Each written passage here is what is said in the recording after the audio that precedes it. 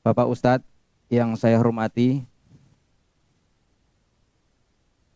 Bapak-bapak pengurus perwakilan Muko-Muko yang saya hormati, Bapak-bapak, Mas-mas, Ibu-ibu, Mbak-mbak saya, Sugeng Rawuh, selamat datang di rumah saya. Inilah gubuk saya seperti ini. Saya mohon maaf, saya tidak bisa menyediakan tempat yang nyaman, tempat yang menyenangkan hati para bapak semuanya, para ibu. Sekali lagi saya mohon maaf yang sebesar-besarnya. Sampai kita mempunyai lahan ataupun rumah sendiri untuk kajian kita, sementara kita pengajiannya di sini, sampai kita memiliki tempat sendiri. Saya sudah disinggung sama Bapak pengurus penarik, jangan seperti kucing sebentar-sebentar pindah.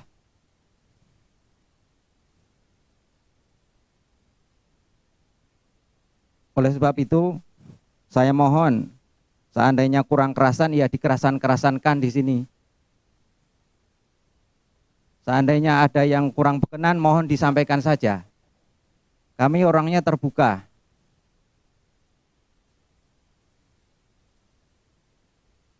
Ada unek-unek apa, sampaikan saja. Saya insya Allah menerima dengan lapang dada. Itu saja dari saya. Saya mohon Pak Ustadz memberikan wejangan, memberikan siaraman rohani, memberikan semangat buat kita bersama, sehingga kita bisa ngaji terus menerus dan istiqomah. Oleh sebab itu kami mohon Pak Ustadz dengan segala hormat. Bismillahirrahmanirrahim. Assalamualaikum warahmatullahi wabarakatuh. Alhamdulillahirabbil alamin. Alhamdulillahi nahmaduhu wa nasta'inuhu wa nastaghfiruh wa na'udzu billahi min syururi anfusina wa min sayyiati a'malina. May yahdihillahu fahuwal muhtad wa may yudlil fala hadiyalah. Asyhadu an la ilaha illallah wahdahu la syarikalah wa asyhadu anna Muhammadan abduhu wa rasuluhu la nabiyya ba'dah. Allahumma sholli ala Muhammad wa ala alihi wa ashabihi ajmain, amma ba'du. Pada saudaraku Mas Warno yang berkenan untuk menyediakan tempat yang cukup bagus untuk kita semuanya, dan kepada Bapak menyediakan tempat yang nyaman, tempat yang menyenangkan hati para bapak semuanya, para ibu. Sekali lagi saya mohon maaf yang sebesar-besarnya. Sampai kita mempunyai lahan ataupun rumah sendiri untuk kajian kita, sementara kita pengajiannya di sini, sampai kita memiliki tempat sendiri. Saya sudah disinggung sama Bapak pengurus penarik, jangan seperti kucing sebentar-sebentar pindah.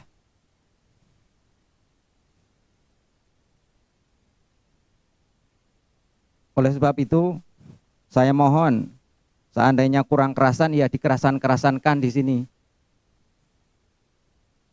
Seandainya ada yang kurang berkenan, mohon disampaikan saja.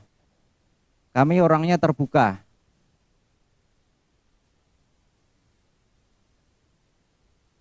Ada unek-unek apa, sampaikan saja. Saya insya Allah menerima dengan lapang dada. Itu saja dari saya. Saya mohon Pak Ustadz memberikan wejangan, memberikan siaraman rohani, memberikan semangat buat kita bersama, sehingga kita bisa ngaji terus menerus dan istiqomah. Oleh sebab itu kami mohon Pak Ustadz dengan segala hormat.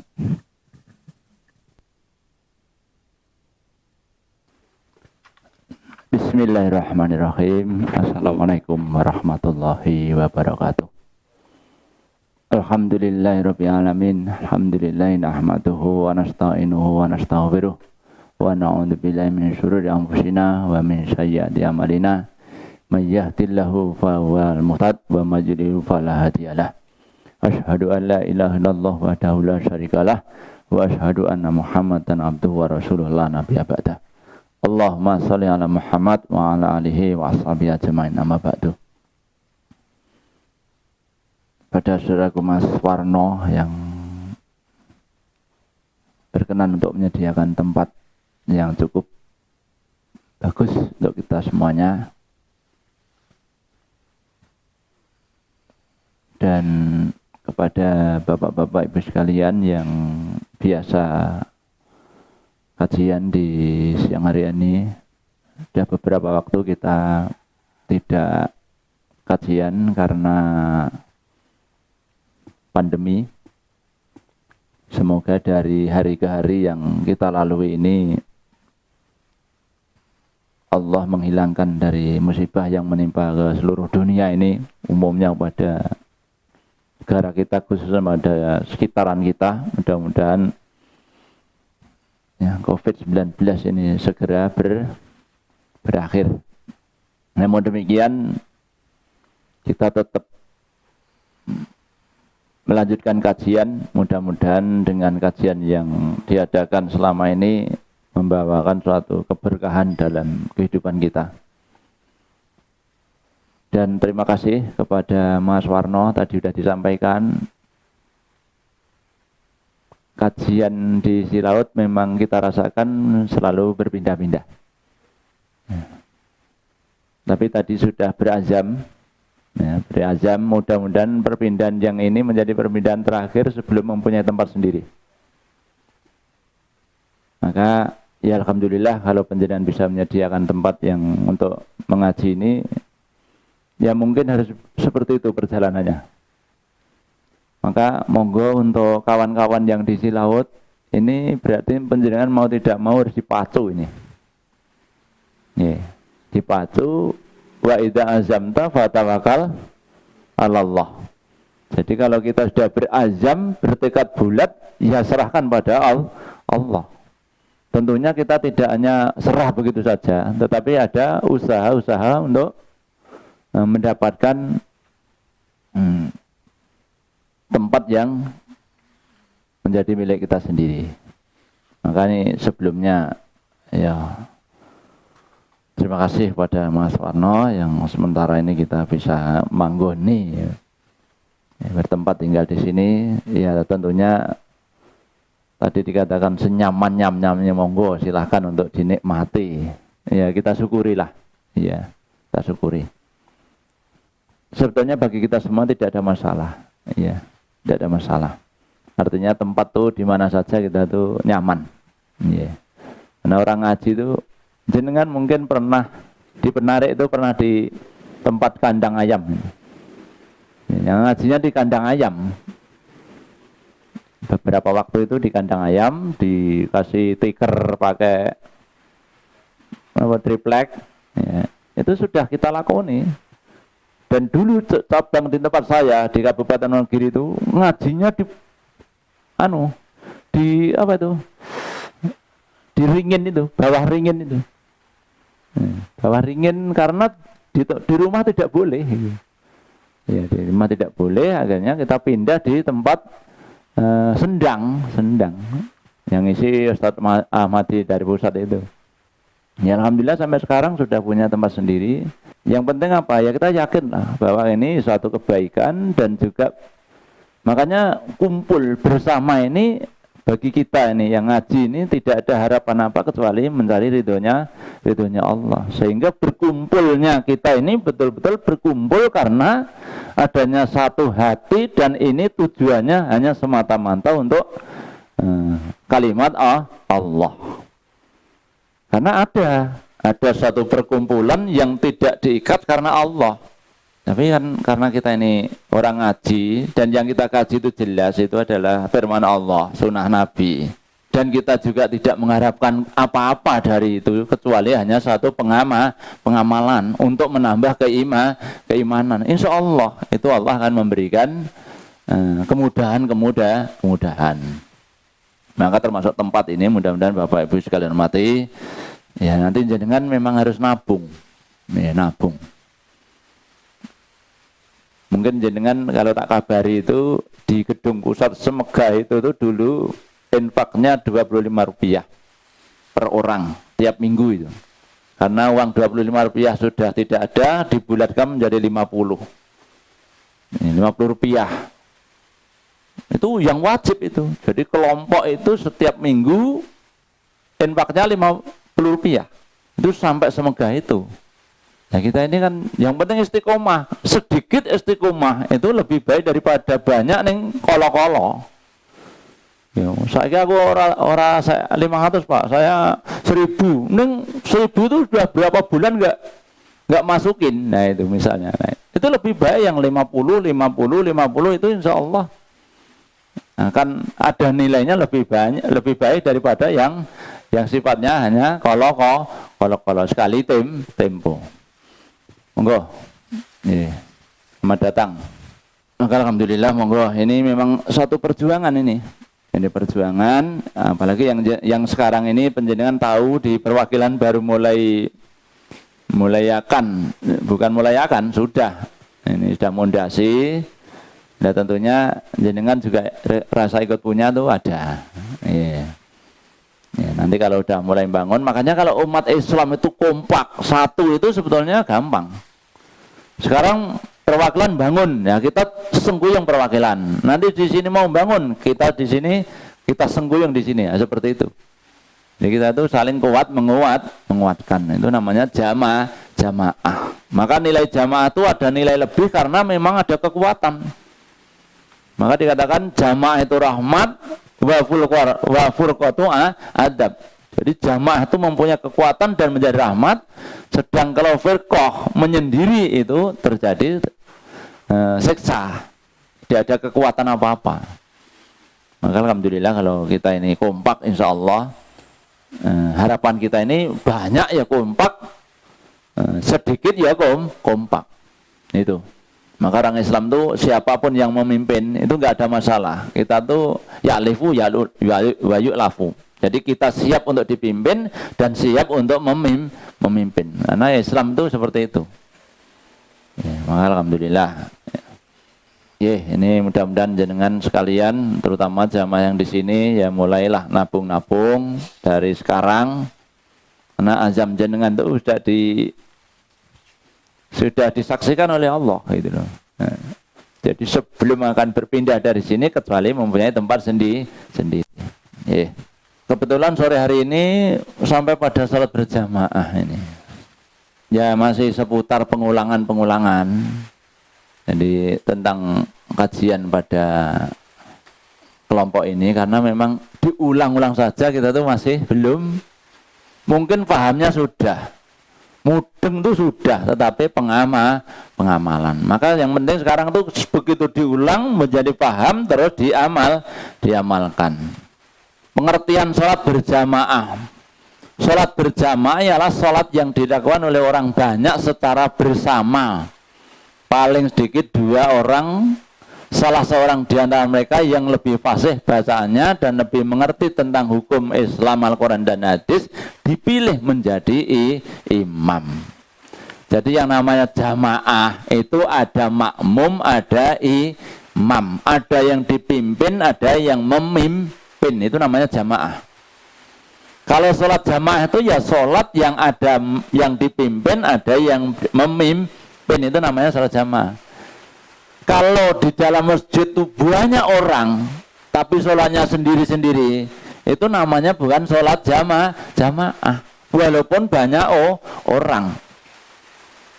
Maka sholat jamaah itu yang penting ada imamnya, ada makmumnya, dan yang lain menjadi makmum. Sholat berjamaah ini hukumnya sunnah muakkad. Jadi satu imam, yang lain menjadi makmum. Sedang sholat jamaah ini itu sunnah yang tekankan. Kita kalau melihat keutamaan sholat jamaah, ini hadisnya luar biasa ini. An Abi Hurairah yaqulu qala Rasulullah sallallahu alaihi wasallam salatul rajuli fil jama'ati tudha'afu ala salatihi fi baitihi wa fi suqihi khamsan wa 'ishrina dhifan. Wa dzalika annahu idza tawadda'a fa ahsanal wudu'ahu tsumma kharaja ilal masjidi la yukhrijuhu ila shalah lam yahtu khatwatan ila rufi'at lahu biha darajatan wa khutu anhu biha khati'atan fa idza shalla lam tazalil malaikatu yusolli alaihi madama fi salat bis musallahu Allahumma sholli alaihi Allahumma arhamhu wa la yazalu ahadukum fi sholati mangtadara sholata. Dan Abu Hurairah yang berkata Rasulullah bersabda, salatnya seorang dengan berjamaah di masjid itu berlipat ganda pahalanya dengan 25 kali lipat, dan daripada salatnya di rumah dan di pasar. Yang demikian itu karena apabila dia berwudu dan memperbagus wudunya, kemudian berangkat ke masjid yang mana tidak ada yang menggerakkan untuk berangkat ke masjid kecuali untuk sholat. Nah ini penting ini. Maka tidaklah dia melangkahkan kakinya satu langkah kecuali dengannya diangkat satu derajat untuknya. Dan dihapuslah dengannya satu kesalahan. Dan apabila dia telah sholat, para malaikat terus-menerus mendoakannya selama dia masih berada di tempat sholatnya dan selama belum batal wudunya. Malaikat mengucapkan Allahumma sholli alaihi, Allahumma arhamhu. Ya Allah, berilah berkah kepadanya, ya Allah, berilah rahmat kepadanya. Dan senantiasa dia dianggap sholat selama dia menunggu untuk sholat. Hadis riwayat Al-Bukhari juz 1 halaman 158. Ini banyak kandungan kebaikan ini. Sholat seorang dengan berjamaah di masjid itu nilainya luar biasa. Minim itu 25 kali lipat. Ada yang mengatakan 27 dibanding sholat di rumah maupun di pasar. Yang demikian itu karena apa? Karena seorang menyempurnakan wudunya, memperbagus wudunya, kemudian berangkat ke masjid, tidak ada yang menggerakkan kakinya untuk berangkat ke masjid kecuali untuk sholat. Jadi ke masjid itu tidak ada lain niatnya, nawaitunya kecuali untuk sholat. Maka tidaklah dia melangkah kakinya itu kecuali dengannya diangkat satu derajat untuknya, dihapuskan dosa dari kesalahannya. Jadi setiap langkah yang dilangkahkan itu dihapus dosanya, diangkat derajatnya. Dihapus dosa, diangkat derajat. Hapus dosa, angkat derajat. Itu kalau berjalan ke masjid. Tapi memang berjalan ke masjid itu paling paling berat. Yeah. Dibanding berjalan ke lain-lain. Orang tuh kalau punya hobi, ini hobi loh, ini bicara tentang hobi. Misalnya hobi ada sekarang ini marak trek-trekan motor. Sekarang lagi ada trek-trekan mobil. Itu walaupun jauh, itu pun dilalui, dikejar. Tapi begitu masjid itu sedekat itu, kadang tampaknya aja jauh, berat. Padahal kebaikan kalau orang tuh berjalan ke masjid itu satu langkahnya tuh hitungannya pahala. Suatu langkah diangkat derajatnya, satu langkah dihapus dosanya. Apa ada kira-kira kita tuh berjalan kok dalam perjalanan satu angkat derajat, satu dihapuskan dosa. Itu enggak ada kecuali ke masjid. Maka masjid ini memang betul-betul untuk melaksanakan salat jamaah itu memang berat. Karena apa? Karena tidak tahu kebaikan ketika berjalan ke masjid. Dan apabila dia telah sholat sunnah ini maksudnya. Jadi datang ke masjid terus sholat sunnah. Selama para malaikat terus mendoakannya, terus menerus mendoakannya. Lam tazalil malaikatu. Jadi nazala itu turun, ya kan, turun malaikat. Tapi ini maksudnya bukan hanya satu malaikat, tapi tanazalil malaikatu. Malaikatnya itu banyak untuk saling memberikan doa. Jadi selalu bergantian dalam memberikan doa kepada orang yang sholat setelah orang yang menunggu sholat wajib. Jadi datang terus sholat sunnah, lah pada saat nunggu itulah itu Allah memberikan lewat malaikat mengucapkan doa. Allahumma sholli alaihi, Allahumma arhamhu. Ini doa malaikat kepada orang-orang yang sholat awal, yang bisa sholat 2 rakaat sebelum duduk, setelah itu menunggu waktu sholat jamaah. Terus yang di bawahnya, An Abi Hurairah anna Rasulullah SAW qala la yazalul abdu fi sholati makana fi sholatuhu yang tadiru sholata. Fataqulul malaikatu Allahumma ighfir lahu Allahumma arhamhu hatta yang syarifa au yuhadditsa qultu ma yuhditsu qala yatsu au yatritu. Dari Abu Hurairah Rasulullah bersabda, senantiasa seorang hamba terhitung sholat selama dia berada di tempat sholatnya untuk menunggu datangnya waktu sholat.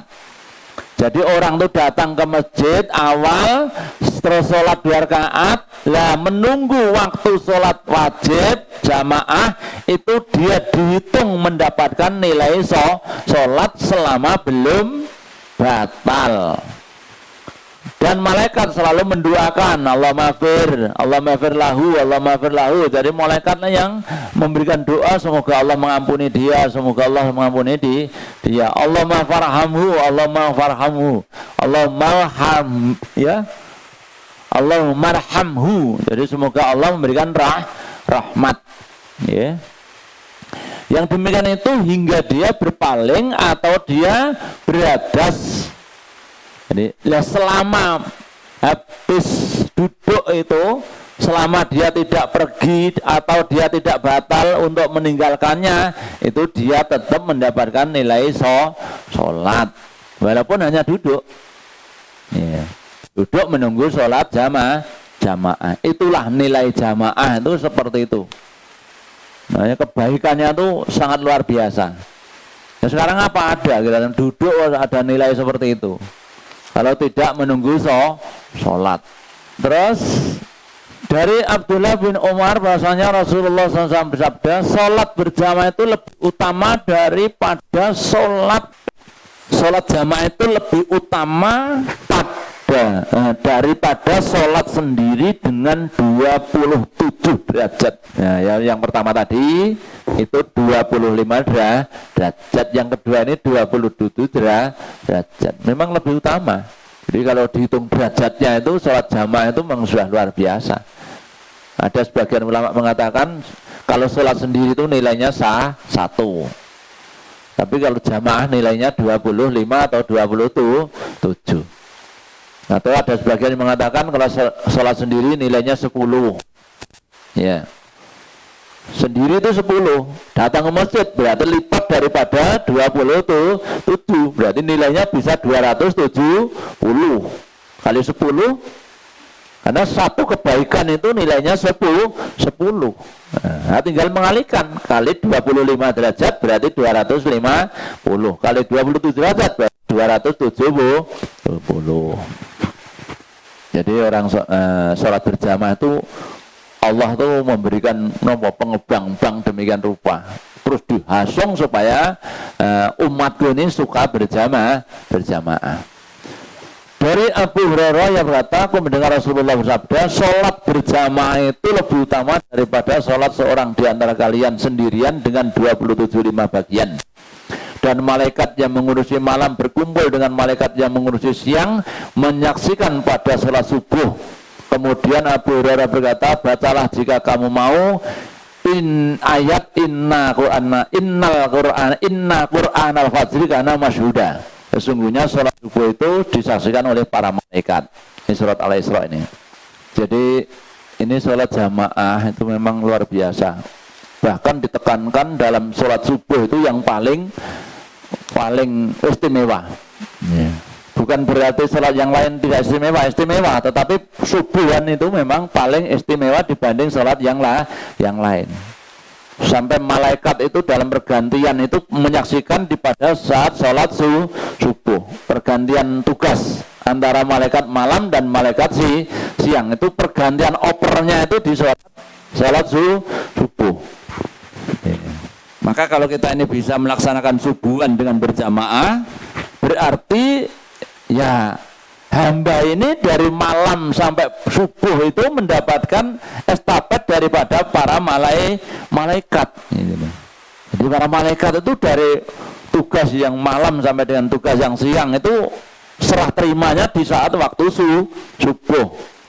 Nah kalau bisa kita ini sebagai seorang muslim, ya pada saat disaksikan antara tugas malam dan siang para malaikat ini, kita pas disaksikan dalam kebaikan, yaitu pas sholat subuh dengan berjamaah. Ya, sampai dikatakan yang tadi, inna qur'anal fajri kana masyhuda. Ya.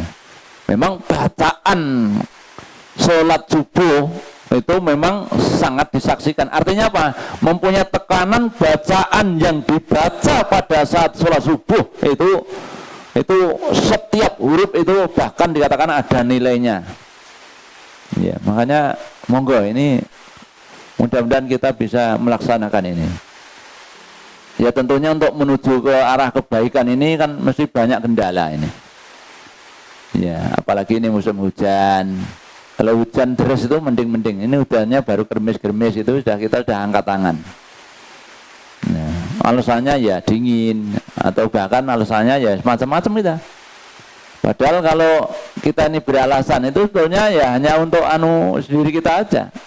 Untuk menguatkan kemalasan aja. Sekarang misalnya dari sini ke masjid itu enggak ada kendala apa-apa. Jalannya enak gitu kan. Nah, jalannya enak, wis roto, wis aspal halus, masjidnya udah bagus. Nah, kita tuh itu masjid dibikin istimewa itu mau siapa yang mau ngisi kalau tidak umatnya ini. Oh, itu tampaknya masjid itu belum jadi itu. Oh, itu masih itu luar biasa kalau jadi itu. Maka yang penting itu sekarang yang ngisi gitu loh, yang pengisi yang masjid itu. Tentunya kan berbondong-bondong untuk menjadi jamaah sholat 5 waktu lah. Jadi jangan sampai nanti masjidnya bagus, orang nek sing sholat jamaah sayang. Terus bawahnya ini agak panjang. Dari Abdullah ibnu Mas'ud ia berkata, barang siapa yang senang untuk bertemu kepada Allah sebagai orang yang berserah diri besok pada hari kiamat, maka hendaklah ia menjaga sholatnya di mana dipanggil diadani untuk sholat itu. Jadi kalau orang tuh ingin senang, diterima menjadi bertamu pada Allah, diterima untuk bertemu pada Allah, itu hendaknya menjadi orang yang selalu menjaga sholat. Maka hendaklah dia menjaga sholatnya di mana dipanggil atau diadani. Kalau memang adan, maka adan itu adalah kuping. Udunun itu kuping. Kuping itu udunun. Nah, adan itu berarti pengkupingan. Jadi pengkupingan. Maka diadani berarti ya nek cara dipanggil bola-bali gitu teman. Panggil bola-bali. Makanya dalam adzan itu kalau penjenengan perhatikan itu lama itu. Allahu Akbar, Allahu Akbar. Loh, itu baru mulai itu. Andai kan adzan itu hanya 2 kalimat saja itu, mungkin kita alasannya wah aku ora krungu. Iya. Nah, adzan kok ngono tok. Padahal adzan masih Allahu Akbar, Allahu Akbar. Allahu Akbar, Allahu Akbar. Loh, itu udah 4 kali loh. Andai kan kita ini capet-capet dengarnya, terus yang kedua kali itu udah semakin jelas. Jadi makanya nggak ada alasan lagi untuk kita sebagai seorang muslim itu tidak banyak mendengar adzan. Adzan tuh sekarang udah panggilan adzannya udah luar biasa. Sebelum masjid sudah adzan, HP sampean sudah bunyi. Iya betul. Ya, neng mbok nek HP-ne ditutupi bantal. Iya. Wes tutup bantal kan nang adzan ra krungu. Iya. Jadi kalau suara adzan sudah diadzani di masjid itu untuk sholat, karena sungguhnya Allah telah mensyariatkan kepada Nabi kalian dengan sunnah-sunnah petunjuk. Ya, Nabi sudah menyampaikan beberapa petunjuk tentang kebaikan sholat jamaah. Dan sesungguhnya mendatangi sholat itu termasuk sunnah-sunnah petunjuk.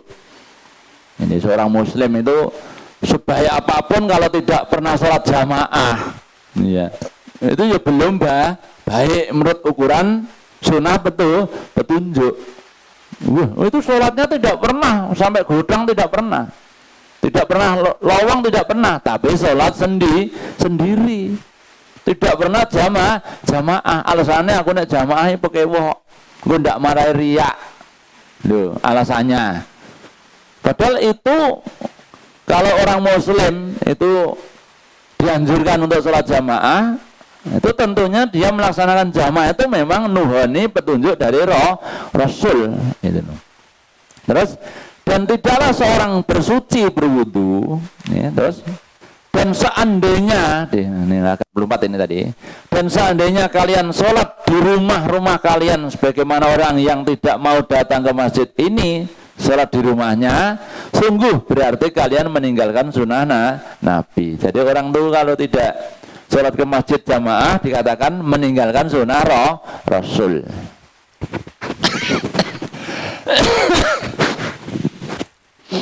Dan seandainya kalian meninggalkan sunnah Nabi kalian, sungguh kalian akan tersesat. Nah, kalau sudah orang tuh meninggalkan sunnah Nabi pasti tersesat dia.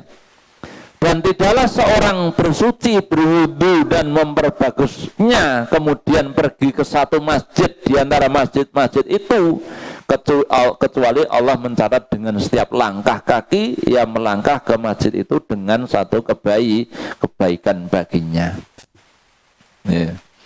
Dan dengannya Allah mengangkat satu derajat, dan dengannya pula Allah menghapuskan satu kesalahan.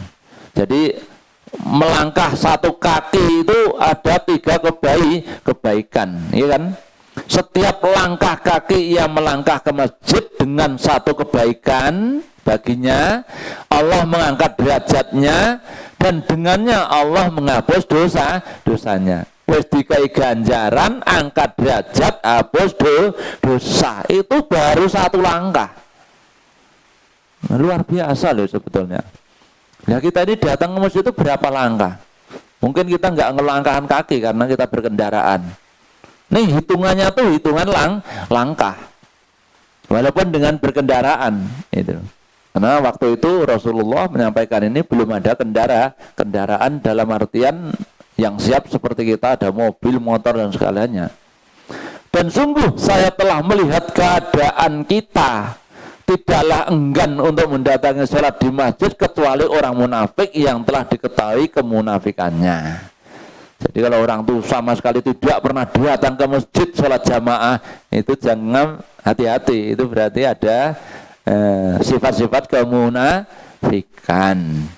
Dan sungguh ada seorang laki-laki yang didatangkan untuk sholat di masjid dengan dibawa oleh 2 orang di kiri kanannya sehingga didirikan di dalam shop. Jadi ada orang yang sakit itu sampai dirompo-rompo karena apa? Ingin mendapatkan kebaikan sholat jamaah itu pasti dilaksanakan. Artinya apa? Orang sakit pun akan disesel-seselnya di dalam shop, di dalam jamaah. Ini Rasulullah sampai seperti itu. Ini kan beda mungkin dengan kita. Nah kita ini baru mumet aja kan. Terus alasannya aku mumet, ya. Ini orang yang sakit sampai tidak bisa jalan, dirompol kan berarti tidak bisa jalan, dipondong, dipondong. Lalu sudah namanya orang tuh dipondong itu sudah nggak bisa jalan namanya. Itu karena apa? Tahu kebaikan sholat jamaah. Jadi wong nek ngerti kebaikan sholat jamaah itu, lah mbok ngantek di pondong-pondong tetap teko gitu loh. Ya seperti kita kalau dapat bantuan dari pemerintah, departemen sosial apa-apa gitu. Nanti per 3 bulan sekali dapat 300.000, tapi harus ke kantor pos dan harus datang sendiri, KTP-nya harus hidup. Itu mbok wonge loro kelenger nek ngomah aja nyalter mobil itu. Nah, kita nggak pernah sholat jamaah nyalter mobil itu, nggak pernah. Gitu, sampai seperti itu. Memang daya tarik masalah dunia itu dibanding daya tarik akhirat itu jauh. Makanya kalau orang tuh tahu, wah ini nanti hadisnya nih bawahnya nih. Cuman kebanyakan orang tidak tahu, tidak mau mengetahui. Terus dari Abu Arwah ya berkata, Abdullah Ibnu Mas'ud berkata, sungguh saya telah melihat keadaan kita. Tidaklah enggan untuk mendatangi sholat di masjid kecuali orang munafik yang telah diketahui kemunafikannya atau orang yang sakit. Jadi orang yang tidak datang ke masjid itu hanya 2 alternatifnya. Satu, orang munafik tulen, atau orang sakit. Sesungguhnya orang yang sakit ia bisa berjalan di antara 2 orang sehingga datang ke masjid untuk sholat, dan ia berkata sungguhnya Rasulullah telah mengajarkan kepada kita sunnah-sunnah petunjuk, dan sesungguhnya di antara sunnah-sunnah petunjuk itu ialah sholat di masjid yang diserukan azan padanya. Ya, kalau udah azan itu memang menjadi kunci. Ini orang yang sakit saja. Kalau sakitnya sudah tidak bisa datang sama sekali, itu masih dikatakan karena tidak datang itu masih ada udzur. Kalau yang satunya tadi tidak datang, ya sakit tidak, apa-apa tidak, dia ya orang Islam, dia sholatnya tertib tetapi tidak pernah jamaah. Ini jangan-jangan ini orang-orang munafik. Itu. Jadi alternatifnya ada 2, satu orang munafik, satu orang sakit. Orang sakit pun masih berharap untuk datang ke sholat jamaah dengan dirompo, kan mengerti karena apa? Mengerti kebaikan sholat jamaah. Barang siapa bersuci, bawahnya nih dari Abu Hurairah berkata Rasulullah bersabda, barang siapa bersuci berwudu di rumahnya kemudian ia berjalan ke suatu masjid di antara masjid-masjid Allah untuk melaksanakan kewajiban di antara kewajibannya kepada Allah untuk sholat, maka setiap 2 langkahnya adalah yang satu menghapus kesalahan dan yang lain mengangkat derajat. Masih mendukung seperti di atas tadi, kebaikannya luar biasa.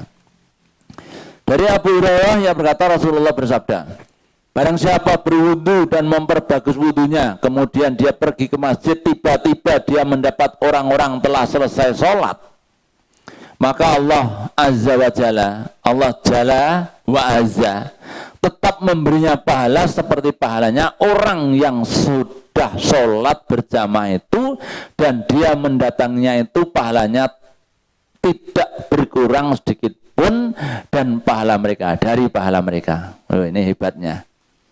Jadi orang itu kalau sudah niat jamaah ke masjid, tiba-tiba sampai di sana sudah pada pulang, itu ganjarannya tetap utuh, tidak dikurangi sedikit pun.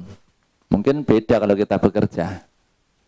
Kalau kita bekerja di perusahaan misalnya jam 7 harus datang, kita terlambat jam 8, itu sudah 1 jam itu. Tidak, hakanya kurang. Tidak dihitung 1 hari. Ya, itu manusia seperti itu. Tapi Allah tuh tidak tuh. Niatnya sudah tulus pada Allah. Kan konon entek wong sudah pada pulang gitu loh.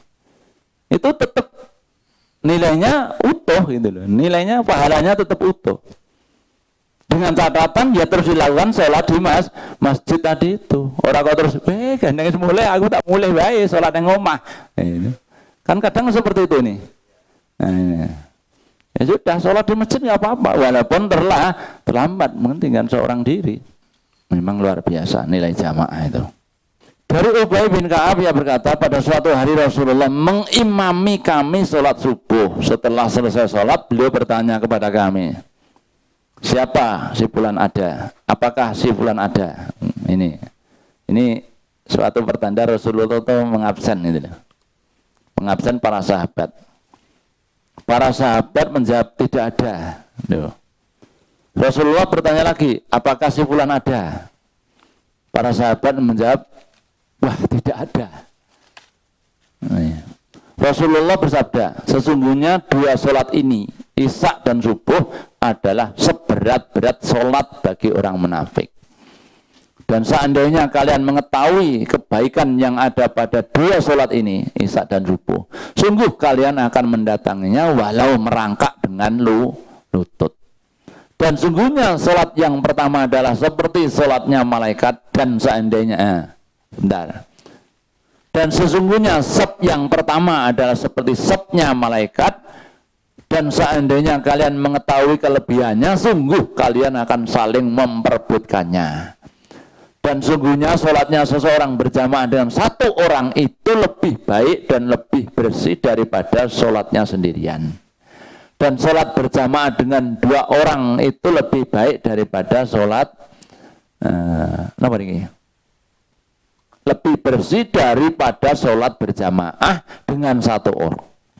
Dan setiap yang lebih banyak pesertanya, maka itu lebih dicintai oleh Allah Ta'ala. Hadis Abu Dawud juz 1 halaman 152. Ini luar biasa termasuknya. Sampai dikatakan lau ta'lamuna minhuma la ataitumuhunna walau haban ngalar rukabi. Jadi sungguh apabila kamu mengetahui sholat Isya dan sholat subuh ini kebaikannya luar biasa, tentu kamu akan datang sekalipun dengan merangkak.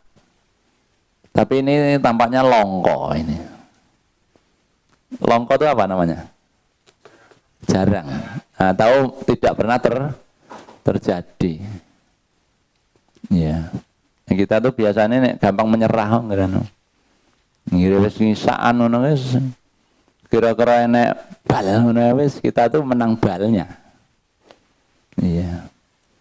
Apalagi subuhan bola belum selesai, sedang kita ini kepada bola wis mania. Iya kan? Wes subuhannya hilang. Padahal Anda kan ngerti antara Isya jamaah subuh jamaah itu luar biasa nilainya. Iya. Maka sholat itu seorang itu kalau udah ngerti kebaikannya, walaupun berangkang tetap dilakoni. Maka ini jarang terjadi ini. Artinya apa? Nabi kita begitu memberikan satu, ya apa istilahnya dorongan, ya, memberikan dorongan yang kuat dengan berjamaah itu nilainya luar biasa, kebaikan luar biasa. Maka sekarang ini musim pandemi ini banyak kebaikan yang tertinggal ini. Iya. Mungkin di sini tidak begitu, tapi kalau di Jawa itu bisa dirasakan. Masjid itu kosong. Iya, masjid pada kosong. Itu padahal setahun loh ini. Iya. Setahun ini. Oh, jangankan kok masjid ya. Masjid Istiqlal itu bisa dihitung itu yang sholat jamaah. Biasanya wes luar biasa.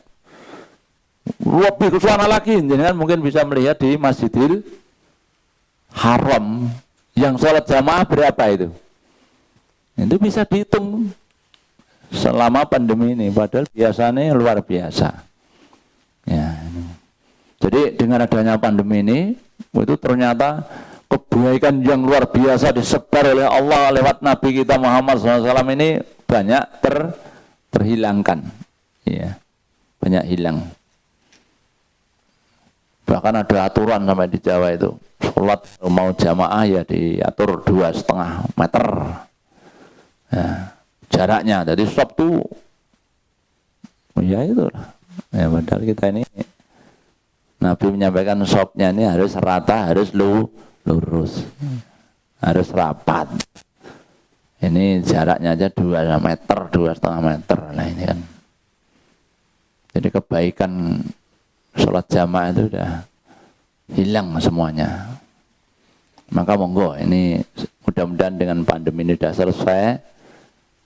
Allah menghilangkan, mencabut ini semua virus-virus yang ada di atas bumi ini, sehingga kebaikan yang begitu luar biasa ini menjadi terlaksanakan oleh kaum muslimin. Terus kalau jenengan perhatikan tadi, Nabi itu ngabsennya tuh di waktu subuh. Jadi waktu subuh itu di absen.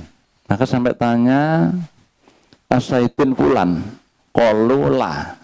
Qala Asaidin fulan, qalula.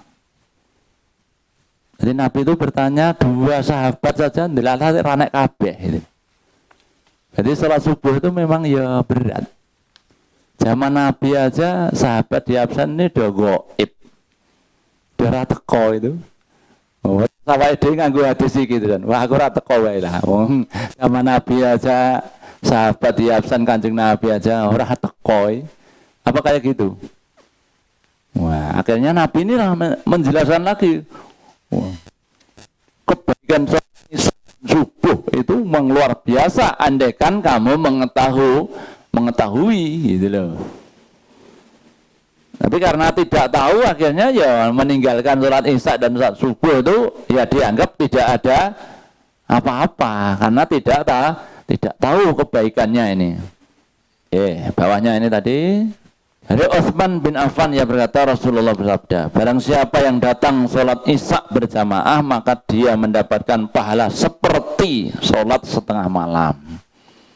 Dan barang siapa sholat dan subuh dengan berjamaah maka dia mendapatkan pahala seperti sholat satu malam. Kita bisa sholat jamaah isya itu ibaratnya seperti sholat setengah malam. Tapi kalau bisa isyaan jamaah, subuh jamaah itu ibaratnya sholat ibaratnya seperti semalam suntuk. Mungkin kita tidak pernah sholat setengah malam itu nggak pernah, iya kan? Apalagi semalam suntuk itu nggak pernah. Padahal ini cukup dengan jamaah isya dan jamaah subuh itu ibaratnya sudah semalam suntuk. Berarti kalau orang tuh bisa isya jamaah, subuh jamaah, itu ibaratnya selama hidup dia sholat jamaah. Tapi memang isya dan subuh itu paling berat, iya kan? Soalnya ya saat-saat malam, saat-saat orang istirahat. Kalau pagi saatnya orang masih tidur. Maka seruannya pun beda. As-sholatu khairum minan naum. Sholat lebih baik daripada tidur. Nah, seruannya. Terus ini masih lagi dipancing oleh Nabi kita ini. Luar biasa Kanjeng Nabi itu. Dari Abu Hurairah bahwasanya Rasulullah bersabda, demi Tuhan yang diriku di tangannya, sungguh aku berkehendak memerintahkan orang-orang mengumpulkan kayu bakar. Setelah terkumpul kemudian aku memerintahkan untuk adzan sholat. Lalu aku menunjuk seorang untuk mengimami orang banyak. Lalu aku pergi kepada orang-orang yang tidak hadir dalam sholat berjamaah. Kemudian aku bakar rumah-rumah mereka bersama yang ada di dalamnya. Dan demi Tuhan yang diriku di tangannya, seandainya jika seorang dari mereka mengetahui bahwa dia akan mendapat tulang yang berdaging gemuk atau daging pada dua rusuk yang baik, niscaya dia hadir pada sholat isya berjamaah. Ini sudah Rasulullah sudah mulai tadi.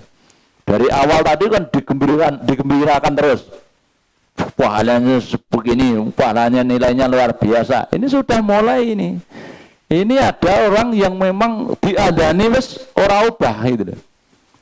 Wis bakar saja, sudah mulai diancam ini. Bakar saja rumahnya, sak isine gitu loh. Jadi dikai bang ora apa nek Pak Mas Duki kan dikai apa? Di ora kepengin, diiming-imingi ora kepengin. Terus di nampak ya? Nanti weden ora wedi, lagi diapaken nah gitu loh. Ini kalau sudah diiming-imingi nggak pengen, nah ini diweden-wedeni juga itu. Nek kira-kira omahe bakarannya sak isine gitu. Nah, diadani barang orang metu ke masjid ini, bakar saja gitu. Namun demikian masih ada, Nabi itu memberikan contoh yang luar biasa. Andaikan ini, ya bahwa dia akan mendapat tulang yang berdaging gemuk. Nek cara istilahnya Pak Deki nek upamane teko yang masjid jamaah kuwi entuk tetelan gitu. Iya, daging gemuk itu tetelan jenek, balung dengan enek, enek sing diamuti gitu loh. Itu. Atau daging pada dia rusuk yang baik. Jadi ya disediani tetelan ya saiki kayak apa ya? Istilahnya tengkleng apa gitu.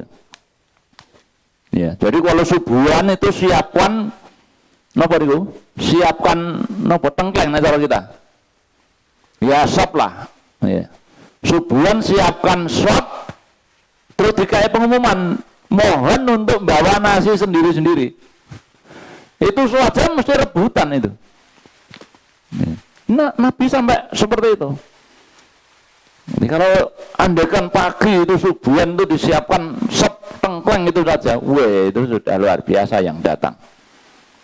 Iya, bocah-bocah teko wong tuwek sing ora mlaku, sing rasa mlaku mesti teko gitu. Ya, itu karena apa? Ya nek mboten percaya jangan coba. Ya. Jadi dengan sebagai pengurus masjid sampean ora ana isine. Jadi adane ora teko. Wah, sudah, gampang aja. Subuhan siapkan sop aja. Mesti gembrutuk itu. Nah, iya. Itu Nabi sudah seperti itu. Ya diancam ya ora wedi kok piye.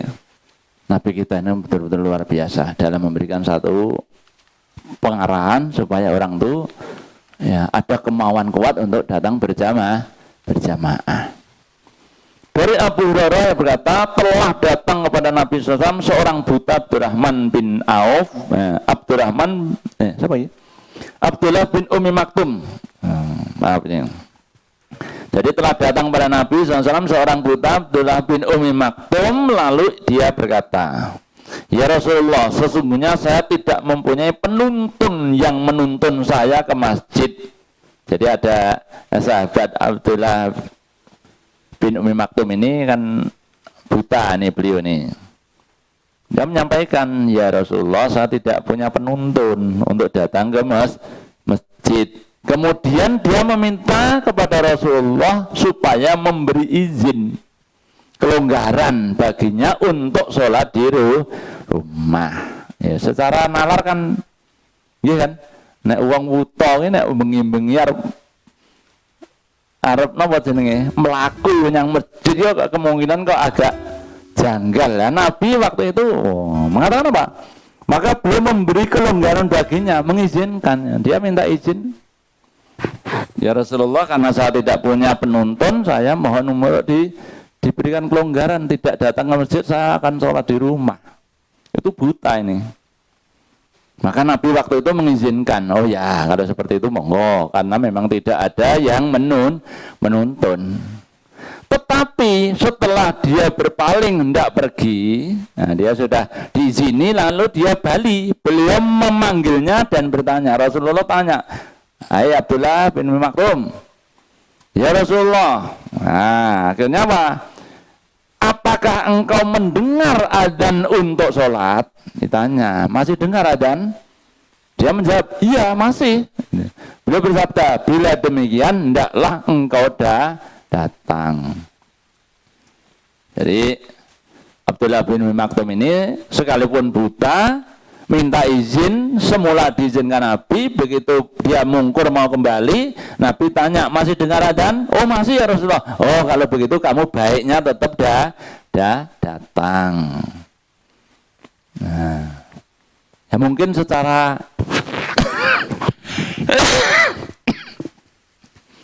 apa ya, secara manusiawi lah kita. Ini orang buta. Orang buta minta izin aja diizinkan oleh Nabi awalnya. Terus begitu kembali lagi Nabi mengatakan baiknya tetap datang berjamaah. Karena memang orang buta itu sekalipun tidak ada penuntun, dia pun juga kemana-mana gitu loh. Iya, dia kemana-mana. Ya. Malah ini datang ke masjid dengan sholat jamaah malah dia minta izin. Padahal kalau tidak ke masjid jamaah, dia ya kemana-mana tanpa penuntun gitu loh. Ini. Maka dari sini bisa diambil satu pelajaran bagi kita. seorang buta pun masih dianjurkan untuk mendatangi sholat jamaah. Apalagi kita tidak buta, itu loh maksudnya. Nah, ini hadisnya ada 12 hadisnya tentang keutamaan sholat jamaah ini. Ya, masih ada hadis-hadis yang lain yang ya istilahnya yang memberikan satu pengebang-bang atau memberikan satu apa istilahnya itu targhib untuk memberikan semangat kepada kaumnya, pada kaum muslimin untuk sholat berjamaah. Ini mungkin tidak terlalu sulit kita pahami. Yang sulit itu udah mulai mengamalkan. Ini memang betul-betul kita harus melawan hawa nafsu kita. Mungkin ada yang perlu ditanyakan dari ini, kalau ada, kalau tidak ada ya boleh yang lain-lain. Monggo kalau ada, mungkin ada yang lain-lain yang perlu disampaikan. Monggo Mas. Ya. Kalau di bulan puasa itu apakah kita jualan keliling di pabrik atau di mana itu bagaimana hukumnya Pak? Ya. Mohon tausiahnya Pak. Assalamualaikum warahmatullahi wabarakatuh. Waalaikumsalam warahmatullahi. Jualan itu sekalipun dalam kondisi puasa apa tidak boleh tak? Boleh hukumnya itu. Nah, memang ada sementara kaum muslimin itu memakruhkan. Ya, memakruhkan. Nah, tapi kalau dilihat dasar-dasarnya tidak ada hujah yang kuat. Jadi ya mau jualan nasi siang hari apa enggak boleh? Boleh. Iya, katanya menghormati orang yang berpuasa. Orang yang berpuasa itu tidak usah dihormati saja, dia itu sudah melaksanakan tugasnya. Ya. Jadi kalau misalnya jenengan dodol es kok saya puasa kok jenengan liwat terus saya kepengin, itu ya kebangetan itu dong. Iya, jenengan dodol es kan ya, kepada orang-orang yang mungkin tidak berpuasa. Monggo silakan. Ya. Persoalannya saya ini dodol barang mateng gini pas poso payu apa ora, itu yang jadi anu. Ya. Kalau dilihat hukumnya itu boleh. Ya. Jadi tidak ada larangan, misalnya nek pas poso iki rasa dodol matengan. Itu enggak ada larangannya. Nanti bukanya sore aja jam 5 mau maghrib atau mau berbuka. Nek siang ora entuk. Ya ora buka tapi jero udah madang kabeh. Warung itu kan dibuka, depan enggak dibuka memang. Ya tapi di dalamnya tuh banyak orang makan. Memang dikatakan tidak buka. Nanti bukanya jam 5 ya. Jam 5 itu maksudnya dibuka ya pintunya, rolling door-nya dinaikkan, semuanya sudah disiapkan. Tapi dari jam 9 pagi itu sudah banyak orang-orang yang berbuka. Nah, mungkin di situ ada orang sakit yang memang perlu makan, ada orang musafir yang perlu makan itu. Jadi kita nggak usah suudzon karena yang di dalam tuh, atau mungkin dia tidak orang Islam. Karena yang wajib puasa kan orang Islam. Bukan orang Islam dia nggak wajib puasa. Madang ya monggo gitu. Ya. Nah, termasuk jenengan jualan tuh yang juali ya orang-orang seperti itu. Bagi yang tidak berpuasa, bagi orang yang di luar Islam atau mungkin yang lain-lain seperti itu. Nah, karena kalau musafir tuh misalnya enggak puasa itu memang sulit untuk mencari. Mencari. Di lingkungan kita itu kan sering Ustadz istilahnya kan sholat berjamaah. Mungkin kan terlalu cepat sehingga makmum itu kadang ketinggalan. Ya. Satu. Dan yang keduanya mungkin bacaan dari Al-Fatihah sendiri tidak bagus atau ada kesalahan. Bagaimana sikap kita itu Ustadz? Ya. Sampun. Itu ya. Jadi berulang kali tak sampaikan di pengajian kita ini. Jadi kita ngejar sholat jamaah itu yang kita kejar nilai jamaahnya. Jadi mudah-mudahan yang kita kejar nilai jamaahnya, karena nilai jamaah itu setiap langkah itu mendapatkan kebaikan. Adapun itu mungkin belum standar yang baik, jadi imamnya mungkin bahasanya Fatihahnya belum sip atau mungkin belum ini gerakannya terlalu cepat, itu urusan imam. Kita sebagai makmum yang kita kejar jamaahnya, nilai jamaahnya. Ya, memang kita mencari napa jenenge? Sing ideal itu sulit. Karena jadi imam itu idealnya kan aqra'uhum, yang mengerti tentang hukum-hukum Islam, ngerti Quran, ngerti sunnah. Lah itu baru seperti itu. Lah kita nyari seperti itu kan sulit. Ya apa adanya itu ya sudah, kita ikut di belakangnya. Ya itu. Ya, yang kita kejar hanya nilai sunnah kebaikannya dari jamaah, nilai jamaahnya. Nilai sholat jamaah itu yang kita kejar. Jadi adapun itu nanti kalau memang sholat jamaah itu imamnya bagus, itu akan membawa kebagusan seluruhnya. Tapi kalau itu nanti salah, mungkin bacanya tidak sempurna, mungkin gerakannya tidak sempurna, itu nanti yang menanggung adalah imamnya. Makmum tidak menanggung. Maka yang kita kejar itu nilai jamaahnya. Nggih, ngoten mawon. Jadi sikap kita seperti itu. Jadi kita nggak usah repot gitu. Ya syukur-syukur kalau kita ini mendapatkan imam yang bagus. Kalau memang imam bagus itu memang ya beda. Jadi dalam hati kita pun merasakan tuh lain gitu loh. Tapi kita mencari seperti itu tuh tidak gampang, itu sulit itu. Iya, sulit. Kita cari seorang yang membaca makhrajnya pas, terus tajwidnya tepat, itu aja mencari kan susah ini. Waduh. Makanya sebetulnya programnya Pak Syekh Ali Jabir radhiyallahu anhu, ya Allah maghfir lahu warhamhu, itu luar biasa bagus, itu akan mencetak 1 juta imam se-Indonesia, 1 juta imam di masjid itu. Tapi ya itu ya Allah a'lam itu. Sampai belum tercetak semuanya, beliau sudah dipanggil di sisi Allah Subhanahu wa taala. Tapi ya sudah banyak yang ditinggalkan. Ya, sudah banyak. Jadi supaya apa? Supaya jadi imam itu betul-betul puasa betul, ngerti betul, lah seperti itu maksudnya Syekh Ali Jabir itu. Nah, tapi belum sampai di lunang sini gitu loh. Iya kan? Ya kita masih seperti yang ada gitu loh. Ya sudah, kita nikmati aja. Jadi kita sikap kita bagaimana, kita nikmati aja. Kita mengejar jamaahnya, nilai jamaahnya. Kalau nilai jamaah yang kita kejar, kita tidak ada kekecewaan. Ya sudah, itu urusan imam. Kalau kebetulan imam itu seperti itu, kita luruskan atau beri masukan kalau mau. Kalaupun tidak, itu bukan urusan kita. Sudah, Allahu a'lam, nanti dia nanggung segala apa yang dilakukan. Maka sebetulnya bisa imamnya bagus, makmumnya sholat jamaahnya bagus. Tapi imamnya ngebut, nah kan seperti itu. Imamnya ngebut atau mungkin bacaannya ngalor ngidul, nah itu kita ya jane orang nyaman nih, karena kita tuh ngejar nilai jamaah, ya sudah kita nyamankan gitu. Ya itu saja. Allah a'lam, mudah-mudahan mendapatkan kebaikan.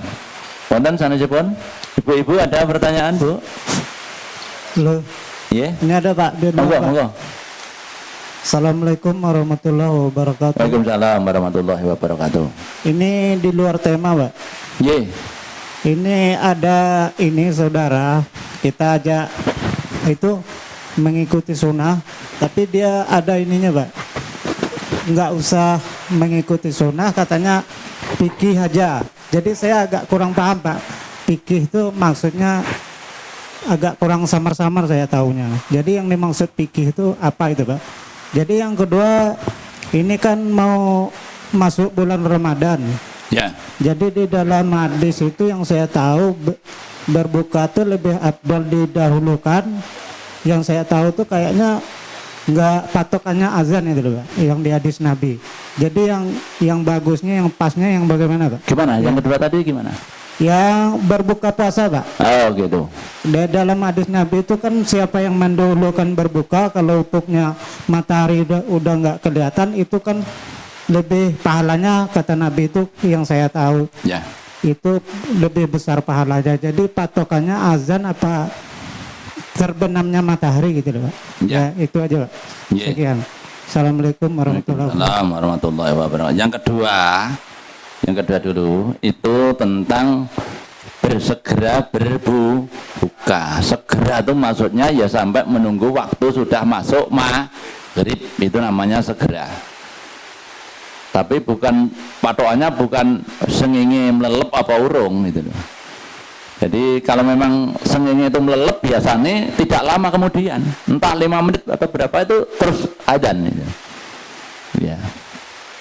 Nah, sekarang ini mungkin kita tidak ada kesulitan untuk tanda sholat maghrib atau tanda buka puasa, itu tidak ada kesulitan. Maka kita tunggu sampai tanda itu sudah masuk. Mungkin jangan lihat TV atau mungkin di HP sampean itu bunyi, ya sudah, itu sudah mulai masuk. Dan segera untuk berbuka, nggak usah ditunda.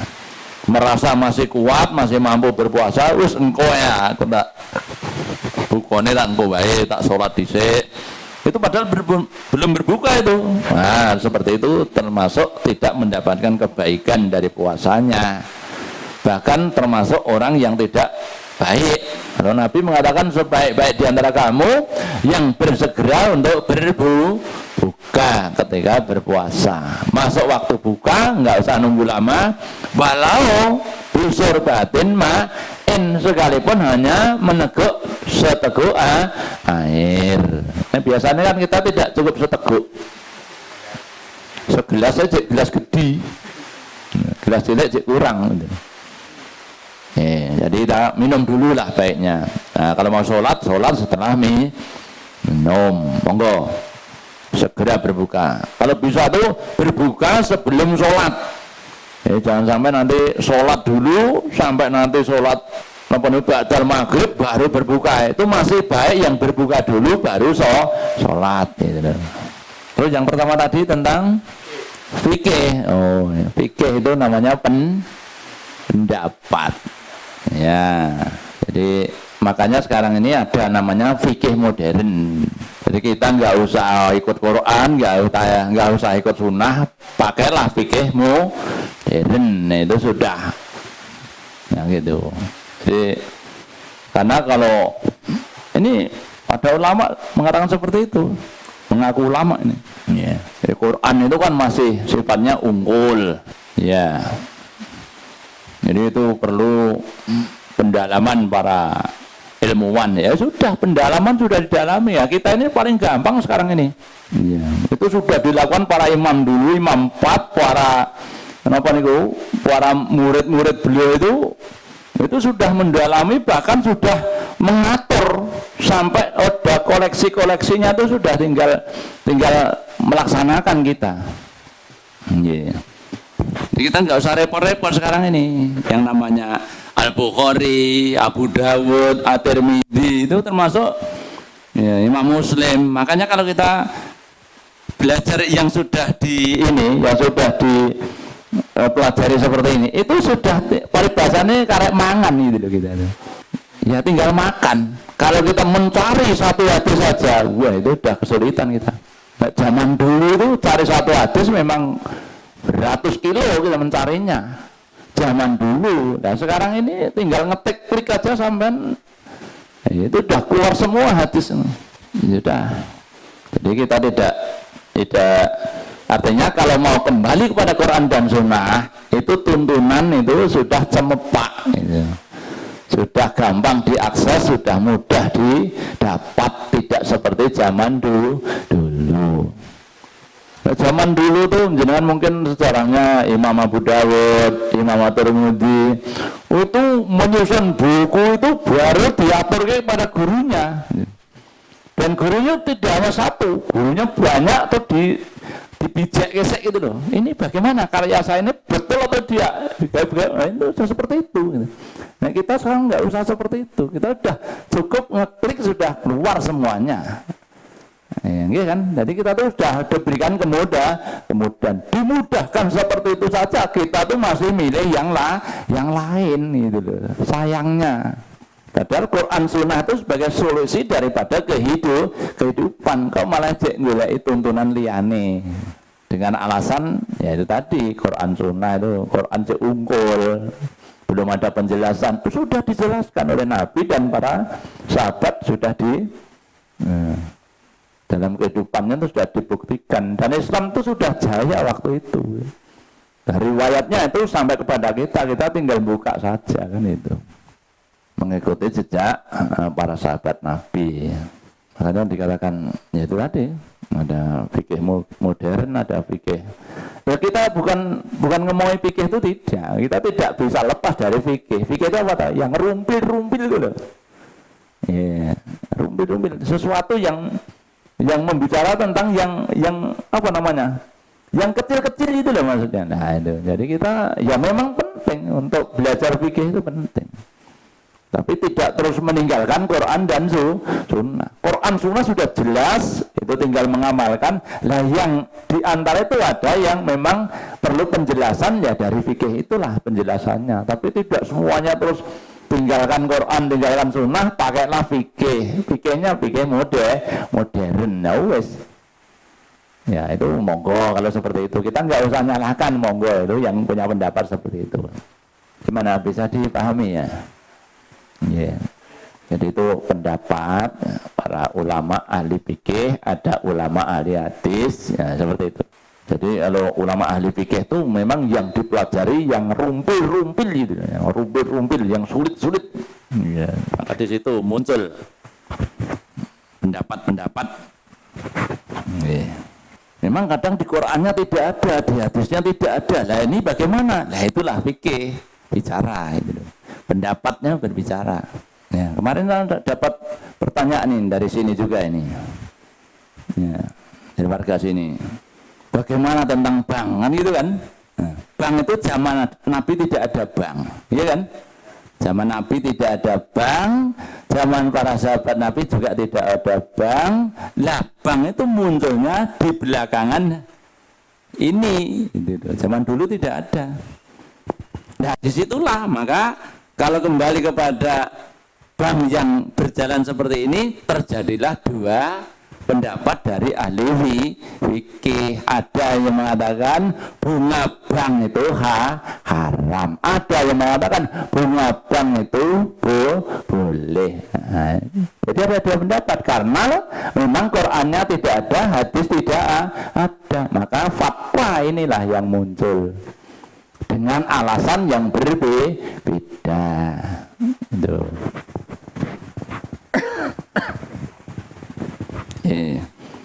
Makanya kalau sekarang ini malas, kalau yang mengatakan bunga bank itu haram, itu memang beralasan dengan alasan ayat itu juga gitu. Alasannya ayat. Ini memang tidak ada yang mengatakan bank itu, nah itu tidak ada. Ya dulu itu memang tidak ada. Dulu itu tahun. Nah, sekarang ini kan jual duit sekarang ini. Misalnya seperti itu, ya kan?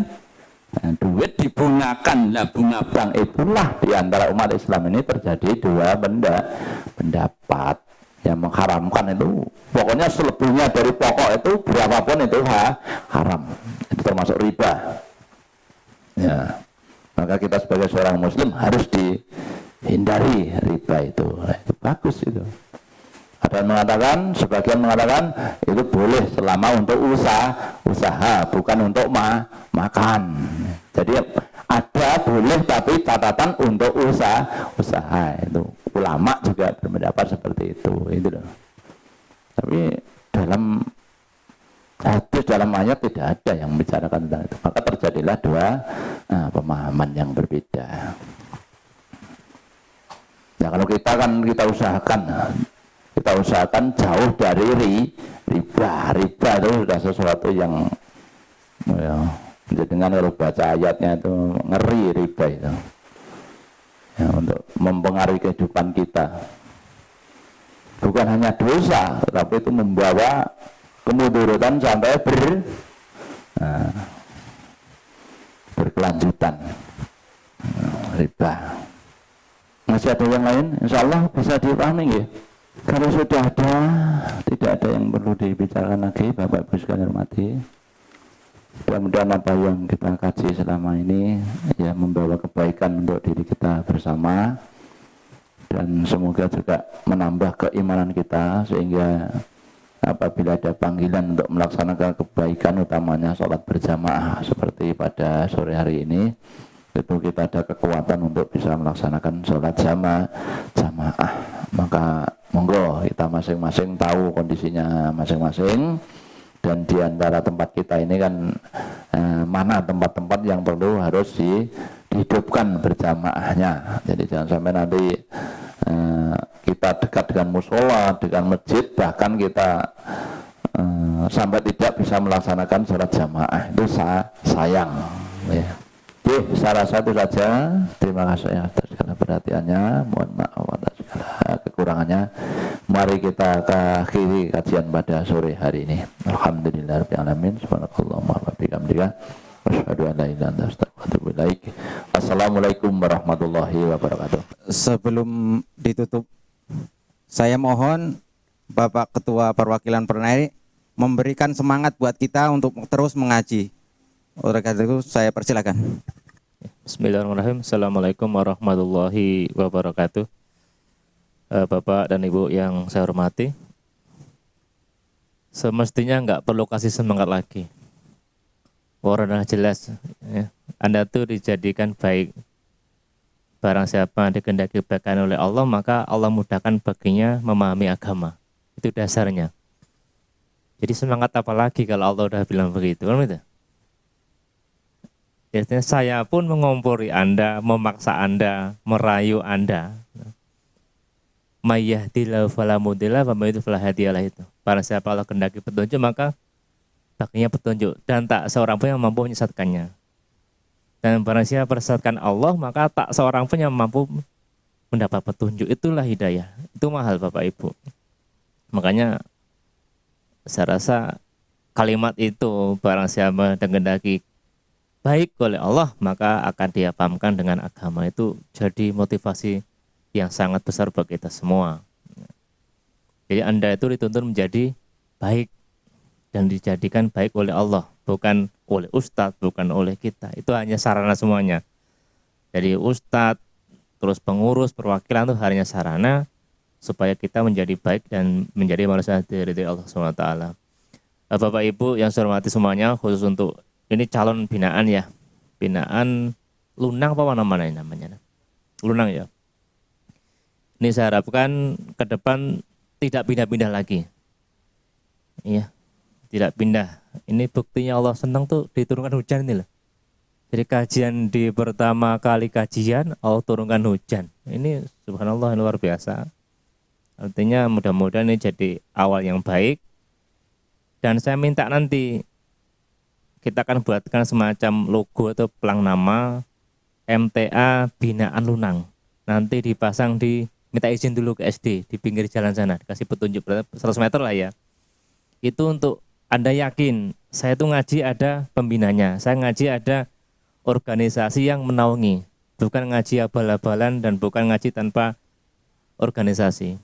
Kita tuh dipimpin juga memimpin gitu. Jadi nanti kita siapkan soal dari perwakilan, mudah-mudahan kalau ini bisa diambil, kita buatkan pelang nama MTA Binaan Lunang ya, Lunang. Nanti kita dipasang di sana. Dan ya saya harapkan tidak bisa kasih nasihat banyak.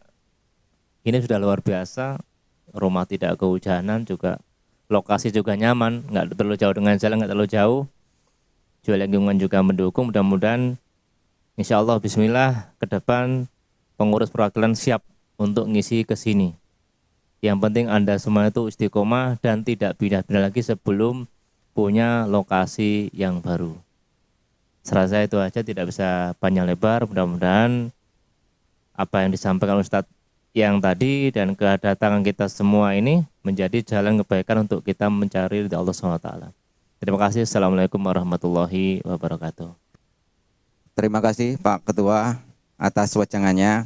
Terima kasih Pak Ustadz atas tausiahnya buat kita bersama. Mudah-mudahan Pak Ustadz nggak kapok sini.